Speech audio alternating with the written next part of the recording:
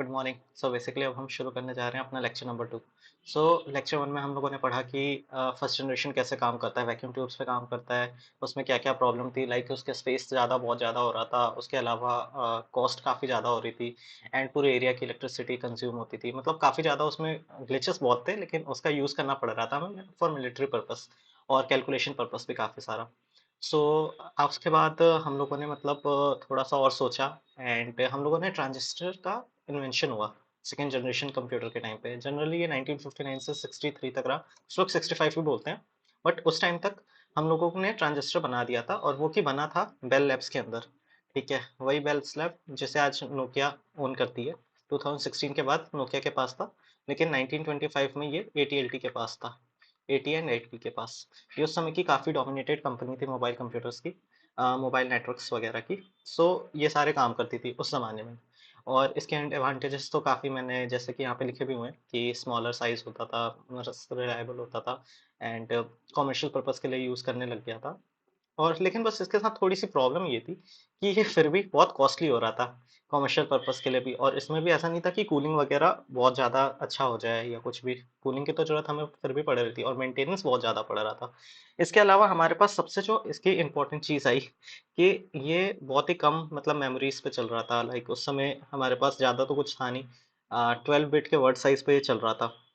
ठीक है, अब जो वर्ड होता है मैं बता देता हूँ कि 16 बिट का एक वर्ड होता है। ठीक है। लिमिट का वन वर्ड होता है। ये उस लैंग्वेज कंप्यूटर्स की कुछ थ्योरी है। इसमें अगर अभी नहीं समझ आ रहा तो कोई नहीं, इसको आगे कवर अप करेंगे कि बिट क्या होता है, बाइट्स क्या होता है, इनमें मेमोरी लोकेशंस कैसे होती हैं, उसके अलावा ये सारी चीज़ें। सो अब इसके थोड़ी सी वर्किंग के बारे में सोच लेते हैं कि कैसे होती है। बेसिकली ये बता देता हूँ, ये हमारी होती है मैग्नेटिक कोर होती है। ये जो यहाँ पे दिख रही है ये मैग्नेटिक कोर है। ठीक है, ये जनरली आप मान सकते हो कि इसकी प्राइमरी मेमोरी है। जैसे आज हमारे पास हार्ड डिस्क होती है ना, ये उस समय की हार्ड डिस्क है। ठीक है, ये काफ़ी ओल्ड टाइम की हार्ड डिस्क है। इसके अंदर मेमोरी स्टोर होती थी, लेकिन अगर हम लोग सेकेंडरी मेमोरी की बात करें तो उस समय भी सेकेंडरी मेमोरी में मैग्नेटिक टेप सी यूज़ होती थी। सो जनरली ये होता था हमारा इनपुट। ये जो चीज़ देख रहे हो ये होती है इनपुट हमारी, जैसे पंच कार्ड बोलते हैं। ठीक है, ये हमारे उस समय का सिस्टम था आईबीएम की तरफ से, जो कि ये सेकंड जनरेशन कंप्यूटर था। अब देख रहे हो इसकी साइज़ कितनी छोटी हो चुकी है, मतलब उतनी नहीं छोटी हुई है बट फिर भी छोटी हो चुकी है। सो यहाँ पे इनपुट्स हमारा चलता था, इनपुट साइज़, जो भी हमारी इनपुट्स लगती थी वो पंच कार्ड्स के अंदर होती थी। यहाँ पे हम लोग इंस्ट्रक्शन देते थे, फिर ये जॉब्स अपनी एक-एक करके पूरी करते थे। और इसके अलावा यहाँ पे ये इनके प्रोसेसिंग होते थे और यहाँ पे इनका स्टोरेज है, छोटा-सा।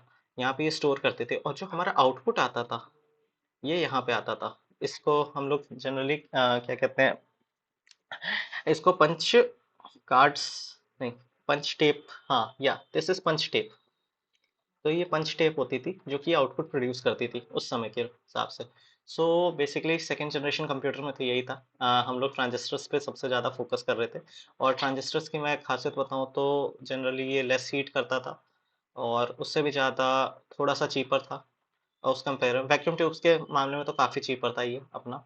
सो इसलिए हम लोगों ने ट्रांजिस्टर्स को वगैरह यूज़ करना सोचा था। और हाँ, सबसे कमाल की बात, इसके अंदर तब तक हम लोग हाई लेवल लैंग्वेज तक पहुँच गए थे। ठीक है, जो कि हमारी फोरटान वगैरह और कोबोल से चल रही थी। सो उस तक हम लोग हाई लेवल लैंग्वेज डेवलप कर चुके थे, जिसकी वजह से हमें सेकंड जनरेशन कंप्यूटर्स के अंदर काफ़ी दिक्कत हो ज़्यादा नहीं आई।